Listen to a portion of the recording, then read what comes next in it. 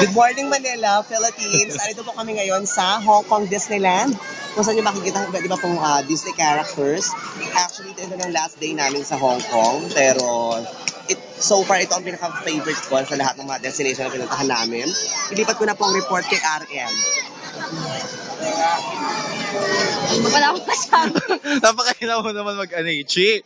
Sabi na ni Mama Casey. I-welcome mo lang sila dito sa Hong Kong, Disneyland. So, ayun po, mga taga-Orbits, travel agents. Orbits, sige. Nandito po kami Asa sila? sa Hong Kong Disneyland. At ngayon po, nagpapapicture po sila. Para may maipakita kami sa inyo pag-uwi. Yes, tama yan. Napakabongga dito, Diyos ko, Lord. Hinahanap namin si Mickey. Si Milky nakawala sa Hong Kong Disneyland. Ako, Mickey, Milky. Tapos nakita, kako si Milky.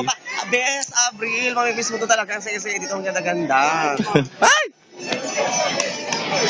Hinayaman ng mga tao. Correct. Kayo naman yung pumunta sa Simon. Asa na si Mickey Mouse?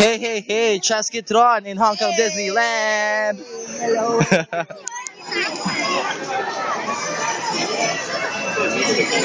Si Mickey Mouse. Diyan na siya naglalakad.